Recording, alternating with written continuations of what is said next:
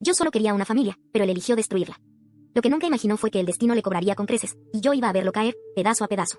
Siempre supe que algo no estaba bien, pero no quería verlo. Éramos la pareja perfecta de cara a los demás.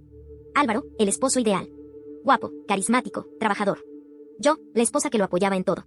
Llevábamos 10 años juntos, y aunque no todo era color de rosa, yo creía que el amor bastaba. Hasta que empecé a notar cosas raras. Mensajes a medianoche que nunca me dejaba leer. Reuniones de trabajo que no coincidían con su agenda. Risas forzadas cuando me acercaba. Pero lo peor no fue descubrirlo. Lo peor fue cómo lo descubrí. Ese día llegué a casa más temprano. Pensé en hacerle una sorpresa, cocinarle su platillo favorito, poner música suave y revivir lo que fuimos alguna vez. Pero cuando abrí la puerta, escuché risas, 2 voces. Una era la suya. La otra me congeló la sangre. Era la de Mónica, mi mejor amiga desde la universidad. Mi confidente. La madrina de nuestro hijo. No entré. No grité. Solo cerré la puerta y me fui. Como un fantasma. Esa noche dormí en el coche. Temblando. No de frío. De rabia. Y fue ahí, bajo la lluvia y con el corazón hecho trizas, donde prometí que no iba a llorar más. Que iba a convertirme en la mujer que él nunca imaginó, y que el destino, tarde o temprano, iba a cobrarse cada una de sus mentiras. Pero lo que no sabía, era que Mónica también tenía un secreto. Uno que arruinaría todo para siempre. No lo enfrenté ese día. Fingí. Sonreí. Me volví la actriz perfecta. Él llegó por la noche como si nada. Me abrazó. Me besó la frente. Tuve un día pesado, me dijo. Y yo, le serví la cena como si no supiera que tenía todavía el perfume de Mónica en la camisa. Era una guerra silenciosa, y él no tenía idea de que ya había empezado. Durante las siguientes semanas, recopilé pruebas. Fotos. Mensajes. Grabaciones. Sabía que si lo enfrentaba sin estar preparada, me haría pasar por loca. Él era experto en eso, hacerme dudar de mí misma. Pero algo no encajaba. Una noche, revisando el celular que había clonado en secreto, vi un mensaje de Mónica para él. ¿Le vas a decir lo de la cuenta? Si se entera por otro lado, todo se va a ir al carajo. ¿La cuenta? ¿Qué cuenta? Seguí investigando. Y lo encontré, una cuenta bancaria secreta a nombre de Mónica, con transferencias mensuales hechas por Álvaro. Grandes sumas. Ahí fue cuando lo entendí. No solo me engañaban, me estaban robando. Se habían aliado para vaciar mi empresa. Porque sí, la que trabajaba día y noche era yo. Él solo era el gerente de imagen. Yo movía todo. Pero no se imaginaban que ya no estaba sola. Tenía a alguien de mi lado. Y él tenía muchas razones para querer destruir a Álvaro. Se llamaba Julián. Era mi contador. Callado, meticuloso, siempre con una sonrisa tímida. Durante años fue invisible para mí, hasta que un día me dijo: ¿Y Marina, puedo confiarte algo? Álvaro está usando tu firma digital. Está moviendo dinero sin que lo notes. Ahí empezó todo. Él me ayudó a rastrear cada peso. Cada mentira. Cada trampa. Y cuando le conté sobre Mónica, su cara cambió. Que ella también me hizo lo mismo, dijo. Fue mi novia. Me traicionó con tu esposo. Y en ese momento, su dolor y el mío se unieron como gasolina y fuego. Julián me ayudó a crear una nueva empresa, en secreto. Transferimos los activos legales poco a poco, disfrazados de gastos. Cada movimiento era calculado. Yo me seguía siendo la esposa sumisa, la amiga confiada. Pero por dentro, estaba más despierta que nunca. Hasta que llegó el día de su cumpleaños. Le hice una cena elegante. Velas. Vino caro. Una torta con su nombre. Y cuando sopló las velas, le dije: pide un deseo, mi amor. Uno que te dure antes de que lo pierdas todo. Él rió. Pensó que era una broma. Yo también reí. Pero por dentro, ya lo había destruido sin que lo notara. Lo que no sabía era que alguien más también estaba siguiendo los pasos, y tenía sus propios planes de venganza. Lo noté una tarde, saliendo de la oficina. Un auto negro me seguía. Durante días. Siempre a distancia. Al principio pensé que era mi paranoia, pero no, había alguien más. Julián me instaló una cámara en la casa. Revisamos los movimientos. Una figura apareció en varias grabaciones. Era una mujer. Alta, elegante, con el cabello rojo como el fuego. Y no era Mónica. Decidí enfrentarla. La seguí hasta una cafetería. Me senté frente a ella sin pedir permiso. ¿Quién eres? Le dije. Ella sonrió, como si todo estuviera planeado. Soy la exesposa de Álvaro. La que él dejó cuando conoció a su amor verdadero, tú. El corazón se me detuvo. ¿Qué? Y él me dijo que tú eras diferente. Que contigo sería distinto. Pero adivina que, él no cambia. Solo aprende a mentir mejor. Me entregó una carpeta. Fotos. Documentos. Un testamento alterado. Y una amenaza. Yo también quiero verlo caer. Pero no confío en ti todavía. Así que, o nos aliamos, o te destruyo también. Y así fue como su pasado tocó a mi puerta. Y el infierno, apenas comenzaba. Su nombre era Rebeca. Se había casado con Álvaro cuando ambos eran jóvenes. Él la dejó por mí, con una hija de 3 años que jamás reconoció. Y ahora, ella quería justicia. No vengo a arruinarte, Marina. Vengo a terminar lo que él empezó. Pero con sangre fría y estrategia. Nos reunimos con Julián. El plan era claro, exponerlo públicamente. Tenía empresas fantasmas, adulteración de documentos, incluso evasión fiscal. Con toda esa evidencia, podía ir preso. Pero yo no quería solo cárcel. Quería humillación. Quería que Mónica lo viera caer. Que se diera cuenta de que estaba con un hombre sin nada. Y justo cuando pensaba que todo estaba bajo control, encontré una prueba que lo cambiaba todo. Una prueba de ADN, con el nombre de mi hijo. ¿Por qué Álvaro había hecho una prueba de paternidad a escondidas? Cuando vi ese papel, el mundo se me vino encima. Una prueba de ADN. Con el nombre de mi hijo, Emiliano. Y el nombre del supuesto padre, Álvaro Méndez Ramírez. Lo más devastador no fue encontrar el documento, fue la fecha. Tenía meses de haberla hecho. Meses. Y yo nunca supe nada. Mi cabeza se llenó de preguntas. ¿Por qué la hizo? ¿Dudaba de su propio hijo? ¿O acaso ya sabía algo que yo no? No dormí esa noche. Me senté en el suelo del baño, abrazando mis piernas, escuchando solo el tic-tac del reloj. Sentía que mi corazón latía más fuerte que nunca. No por amor. Por miedo. A la mañana siguiente, encaré a Julián. ¿Sabías algo de esto? Él negó, confundido. Me ayudó a rastrear el laboratorio, conseguir una copia oficial. El resultado era claro, 99.98% de probabilidad de paternidad. Sí. Álvaro era su padre. Entonces, ¿qué buscaba? ¿Qué quería comprobar? Rebeca, que ya era parte de mi círculo cercano, sugirió algo que me dejó helada. Tal vez esa prueba no era para él, era para otra persona. Para quitarte a Emiliano. Sentí cómo se me apretaba el pecho. No podía permitirlo. Corrí a casa. Busqué todos los documentos de Emiliano. Acta de nacimiento, registros médicos, todo lo que pudiera usar en mi defensa si llegaba a una batalla legal. Y ahí encontré algo más. Un sobresellado. Con mi nombre. Era una carta de Mónica. Escrita a mano. Marina, si estás leyendo esto, es porque descubriste todo. No sé cómo justificarme, pero Álvaro me prometió que dejaría todo por mí. Me dijo que tú solo eras una fachada. Que Emiliano ni siquiera era suyo. Me juró que tú tenías a otro. Me hizo creer que no destruía una familia, que la estaba rescatando. Perdóname, si puedes. Pero no confíes en Álvaro. Él es capaz de cualquier cosa. ¿La tinta estaba borrosa por algunas gotas, lágrimas? No lo sé. No me importa. Solo supe que esto ya no era un juego. Era una guerra. Y yo no iba a perder a mi hijo. El siguiente movimiento de Álvaro fue tan bajo que incluso a mí me sorprendió. Me llegó una notificación del juzgado, demanda de custodia compartida. Decía que yo estaba inestable emocionalmente y que no quería alejar a Emiliano de su padre biológico. Que él tenía derecho a estar en su vida. El cinismo me revolvió el estómago. Yo, la que había criado sola a nuestro hijo, la que había soportado noches sin dormir, enfermedades, rabietas, primeras palabras, primeros pasos. Y ahora venía a pelear por algo que jamás valoró. Julián me abrazó con fuerza cuando vio mi reacción. No te va a quitar a Emiliano. Te lo juro. Pero yo ya no confiaba en las promesas de nadie. Al día siguiente, fui a buscar a Rebeca. Necesitaba entender quién era realmente Álvaro. No el que yo conocía. El hombre detrás del disfraz. Ella me recibió en su casa, una casa modesta pero cálida. En las paredes había fotos de su hija, hoy adolescente. Una niña que tenía los mismos ojos que Emiliano. Y él fue encantador al principio, me dijo. Me hizo sentir especial, única. Luego, cuando me embaracé, empezó a alejarse. Dijo que no estaba listo. Que no quería ser padre tan joven. Me dejó y desapareció. ¿Y nunca te ayudó económicamente? Nunca. Se escondió detrás de abogados. Me obligó a firmar un acuerdo de silencio a cambio de una mínima pensión. ¿Por qué ahora?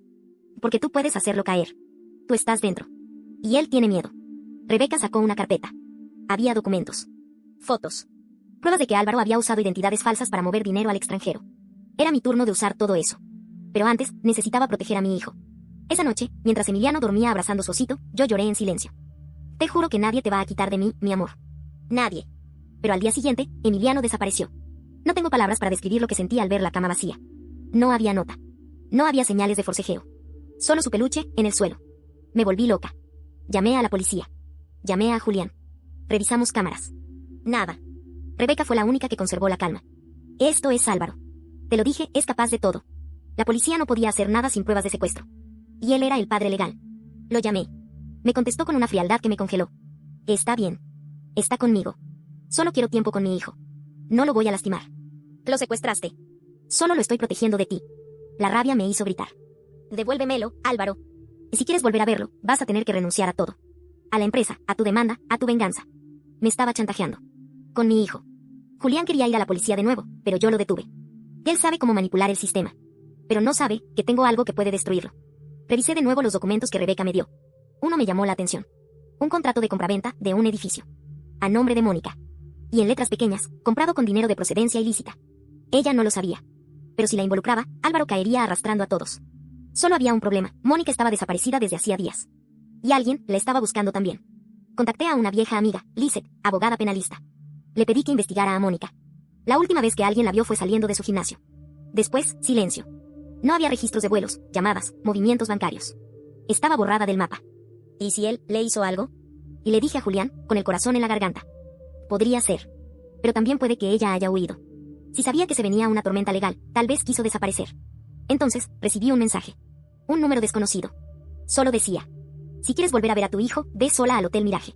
Habitación 217. Esta noche. Era una trampa. Lo sabía. Pero no podía no ir. Julián insistió en acompañarme. Rebeca también. Me negué. No iba a arriesgar a nadie más. Esa noche, entré al hotel con el corazón latiéndome en la garganta. Subí las escaleras lentamente. Toqué la puerta. Nadie contestó. Empujé la puerta, y ahí estaba él. Emiliano. Dormido en la cama. Solo. Corrí hacia él, lo abracé, lo besé, lloré como una niña. Pero entonces vi algo en el buró. Un celular. Grabando. Transmisión en vivo. Y en la pantalla. Álvaro. Te lo advertí. Estás cavando tu propia tumba. Y la llamada se cortó. Salí del hotel con Emiliano en brazos, desesperada. Llamé a la policía. Les conté todo. Pero sin pruebas de daño físico, Álvaro podía alegar que me lo devolvió voluntariamente. Eso sí, gracias a Lizeth, logré registrar el intento de chantaje con el video. Era poco, pero suficiente para abrir una investigación. Lo llevé conmigo a casa. Dormía profundamente, ajeno al infierno que estábamos viviendo. Mientras lo arropaba, su manita se cerró sobre mi dedo. Me miró, medio dormido, y murmuró. ¿Ya no me va a llevar el señor malo? Casi me deshago. El teléfono vibró. Un mensaje de Mónica. Sí, de Mónica. Te advertí que no confiaras en Álvaro. Me escapé porque él quería usarme como chivo expiatorio. Tengo pruebas. Pero necesito protección. Estoy en San Cristóbal. No me busques. Yo te buscaré cuando sea seguro. La guerra aún no terminaba. Pero ahora sabía que Álvaro no solo tenía enemigos. Los tenía por todos lados. Y muy pronto, todos íbamos a caer sobre él. La ansiedad me carcomía por dentro. Mónica estaba viva. Eso era un alivio, sí, pero también un problema. Tenía pruebas. Y tenía miedo. Lo que me decía entre líneas era claro, si no la ayudaba, podía desaparecer para siempre, o peor. Pasé los siguientes días sin dormir, moviéndome entre abogados, psicólogos y tribunales para blindarme legalmente ante cualquier nuevo movimiento de Álvaro. Él había soltado a Emiliano como si nada, pero yo sabía que no lo hizo por remordimiento. Fue estrategia. La típica jugada de lobo que retrocede solo para tomar impulso. Mientras tanto, Rebeca y Julián no se despegaban de mí. Éramos un pequeño ejército en resistencia. Y entonces, Mónica volvió a escribir. Voy a entregarte todo lo que tengo. Pero quiero una cosa, inmunidad. No quiero pagar por algo que él me obligó a hacer. Le respondí de inmediato. Si lo que tienes realmente lo hunde, te protegeré. Pero necesito verte. En persona. Acordamos un encuentro en una cafetería escondida en un pueblo cercano a San Cristóbal. Me fui sin decirle a nadie. Era peligroso, lo sabía, pero también era la única forma de terminar con todo. Mónica llegó con una gorra, gafas oscuras, y un temblor en la voz que nunca le había escuchado. No quiero verte sufrir, Marina. Pero tú tienes que saberlo todo. Sacó una memoria USB. Aquí está todo, transferencias, audios, correos. Pero también hay algo más. Hizo una pausa. Bajó la voz. Álvaro planeaba deshacerse de ti. Literalmente. Habló con alguien. Un tipo peligroso. Y no era la primera vez que lo hacía. El corazón se me detuvo. ¿Estás diciendo que intentó? Sí. Y si no te detuviste a tiempo, quizás ahora estarías muerta. Volví de ese encuentro con la cabeza a punto de explotar. No solo me había engañado. No solo me había robado. Me había querido eliminar. Todo por no perder su poder, su dinero y su fachada. Esa noche, reuní a Julián y Rebeca. Les conté todo. Les mostré la memoria. Julián se quedó sin palabras. Rebeca solo dijo una frase que nunca olvidaré. Lo que hizo no tiene nombre. Pero va a tener castigo. Los audios eran escalofriantes. Conversaciones grabadas en secreto, donde Álvaro hablaba con un tal El Rayo, un sujeto vinculado al lavado de dinero. Mencionaban un accidente controlado, un coche sin frenos, y lo peor, mencionaban mi nombre. Fui directo con Lizeth. Le entregamos el material. Ella contactó a una fiscal con la que había trabajado antes. Una mujer aguerrida y justa. Se abrió una investigación federal en silencio. Y mientras todo eso se cocinaba tras bambalinas, Álvaro empezó a desesperarse. Me llamó una noche, borracho, fuera de sí. ¿Qué estás haciendo, Marina? ¿Qué estás buscando? ¿Arruinarme? ¿Arrastrarme? No. Yo no tengo que hacer nada. El destino ya está haciendo su parte. Colgó furioso. Pero algo me decía que no se iba a quedar quieto. Y no me equivoqué. 2 días después, la oficina de Julián fue allanada por error. Un aviso. Un golpe sucio. Estábamos en guerra frontal. Pero yo ya no era la mujer que lloró en el coche aquella noche. Yo era otra. Y estaba a punto de darle el golpe final. El día del juicio llegó como una tormenta anunciada. Lizeth logró acelerar el proceso usando todos los recursos posibles. El caso no solo se trataba de fraude y lavado de dinero, ahora incluía tentativa de homicidio y uso de documentación falsa. Álvaro fue citado. Y aunque se presentó con traje caro y sonrisa de político, ya no era el mismo. Tenía ojeras, estaba más delgado, y su mirada ya no era la del hombre que creía tener el control. Tenía miedo. Y lo sabía. Mónica testificó por videollamada. Su declaración fue precisa, emocional, aplastante. Contó cómo la manipuló, cómo la usó como testaferro, cómo la amenazó cuando quiso salirse. Luego fue el turno de Rebeca. Su testimonio fue breve, pero poderoso. Contó cómo la abandonó, cómo falsificó papeles para desaparecerse de la vida de su hija, cómo había repetido el mismo patrón conmigo. Y entonces, llegó mi turno. Me temblaban las manos. Pero cuando vi a Álvaro sentado ahí, sin poder evitar escucharme, encontré la fuerza. Fui su esposa. Le entregué mi confianza, mi vida, mi familia. Y él me lo pagó con mentiras, traiciones y un plan para desaparecerme. Hubo un silencio que se podía cortar con cuchillo. Pero no lo logró. Porque el destino siempre cobra. Y cobra con creces. Al salir de la sala, me temblaban las piernas. Pero también me sentía más fuerte que nunca. Y todavía faltaba el veredicto. Los días previos al fallo fueron eternos. Me llamaban de medios de comunicación. Me ofrecían entrevistas, exclusivas. Rechacé todo. Esto no era un espectáculo para mí. Era mi vida. Emiliano no sabía nada. Solo que su papá estaba lejos. Y que ahora mamá dormía más tranquila. Una noche, lo encontré haciendo un dibujo. Eran él y yo, tomados de la mano, con un corazón enorme encima. ¿Y este? Le pregunté. Somos nosotros. Y ese corazón es porque ya no estás triste. No pude evitar llorar. El día del veredicto, la sala estaba llena. Álvaro llegó con su abogado nuevo, arrogante. Pero su cara decía otra cosa. Sudaba. Sus manos temblaban. El juez habló con firmeza. Declaro al acusado culpable de los delitos imputados: fraude agravado, intento de homicidio, evasión fiscal y falsificación de documentos. 16 años de prisión. No hubo aplausos. No hubo escándalo. Solo silencio. Yo bajé la mirada. Cerré los ojos. Y suspiré. Rebeca me abrazó por detrás. «Oh, lo lograste». Julián me tomó de la mano. «Lo logramos». Pero justo cuando creí que por fin podía respirar, una llamada me sacó el aire. Era de la cárcel. Álvaro quería hablar conmigo. No sabía si debía ir. Todos me dijeron que no lo hiciera. Pero algo en mí necesitaba cerrar ese ciclo. Verlo una última vez. O mirarlo a los ojos y decirle que no me había roto. Que seguía de pie. Así que fui. La sala de visitas olía a metal, desinfectante y desesperanza. Álvaro estaba sentado, esposado, más delgado que nunca. La sombra de lo que fue. Me miró y sonrió. «Y no pensé que vendrías». No contesté. «Y no quiero que me perdones», dijo, con voz áspera. «Solo quería decirte algo». Me crucé de brazos. «Habla. Tú ganaste. Pero esto no termina aquí. Tienes enemigos que ni siquiera sabes que existen. Y algún día, te los vas a encontrar». ¿Qué es una amenaza? Es un aviso. Me levanté. «Y gracias por recordarme por qué estoy mejor sin ti». Y cuando estaba a punto de irme, dijo algo que me heló. «Mónica no te lo dijo todo». Me detuve. «¿Qué?» La verdadera razón por la que hice la prueba de ADN no fue por ti. Fue por él. Porque alguien me dijo que ese niño no debería existir. Salí de ahí con un temblor en el alma. ¿Qué quiso decir? ¿Quién le dijo eso? ¿Qué es lo que Mónica no me contó? Y así, cuando pensaba que todo había terminado, me di cuenta de que apenas estábamos comenzando otro juego. Salí de esa cárcel con las piernas temblando. Ese niño no debería existir. Esas palabras me taladraban la cabeza. ¿A qué se refería Álvaro? ¿Por qué lo dijo con esa frialdad? ¿Y por qué Mónica no me contó todo? Volví a casa con Emiliano y no pude dejar de mirarlo mientras dormía. Era inocente. Puro. ¿Cómo podía alguien querer lastimarlo? ¿Qué secreto había detrás de su nacimiento? Llamé a Mónica. No respondió. Le escribí. Nada. Lizeth, preocupada por mi reacción, me ayudó a contactar a un investigador privado. Le pedí una sola cosa, que averiguara todo sobre Mónica, desde su infancia hasta sus últimos movimientos. No quería más medias verdades. Y entonces, tras días de espera, llegó el primer informe. La primera bomba. Mónica no era quien decía ser. Su verdadero nombre era Ana Mónica Ramírez Silva. Había cambiado legalmente su identidad hace 10 años. Justo antes de acercarse a mí en la universidad. Justo antes de conocer a Álvaro. Y lo más aterrador, es que su antiguo apellido coincidía con el de una familia vinculada con una red de corrupción médica del pasado. Uno de los nombres que aparecían en esa investigación era el de mi padre. Mi mundo se vino abajo. Mi padre había muerto hacía años. Siempre lo consideré un hombre ejemplar. Médico de profesión, estricto, pero justo. Sin embargo, en los archivos del caso, su nombre figuraba como parte de un escándalo por tráfico de bebés en hospitales privados. ¿Era posible? Me senté frente a Rebeca, temblando. No sé qué es real ya. A veces, la verdad se esconde donde menos la esperas, Marina. Revisamos el informe juntos. Y ahí estaba, un hospital en el que trabajó mi padre en 1994, justo el mismo donde nació Emiliano, según los registros que yo tenía. Pero entonces, algo no cuadraba. Emiliano no nació en 1994. Nació en 2015. Entonces leí una nota al margen, escrita por el investigador. Es posible que se hayan usado identidades falsas de bebés fallecidos para inscribir nacimientos ilegales. Hay 2 Emilianos Méndez registrados. Uno fallecido. Uno vivo. Mismo corp. Diferente número de acta. Me faltaba el aire. ¿Y si Emiliano no era mi hijo biológico? ¿Y si alguien me lo había entregado, haciéndome creer que era mío? Volví a la carpeta de recuerdos del nacimiento. Las fotos, la pulserita del hospital, todo estaba ahí. Pero entonces, revisé el nombre del doctor que me atendió. Y me fui de espaldas. Era el mismo doctor involucrado en la red de tráfico de bebés. Llamé a Julián, desesperada. Lizeth también vino. Revisamos los documentos con lupa. Las fechas, los sellos, los nombres. Todo estaba cuidadosamente armado. Marina, dijo Julián, con voz baja. ¿Recuerdas si después del parto te dormiste? ¿Si hubo alguna complicación? Y entonces lo recordé. Me pusieron anestesia total, algo que no era parte del plan original. Cuando desperté, me dijeron que todo había salido bien. Que el bebé estaba sano. Pero nunca vi el momento exacto en que me lo entregaron. Solo me mostraron a Emiliano, envuelto. Y le creí al hospital. Ahora todo era una posibilidad aterradora.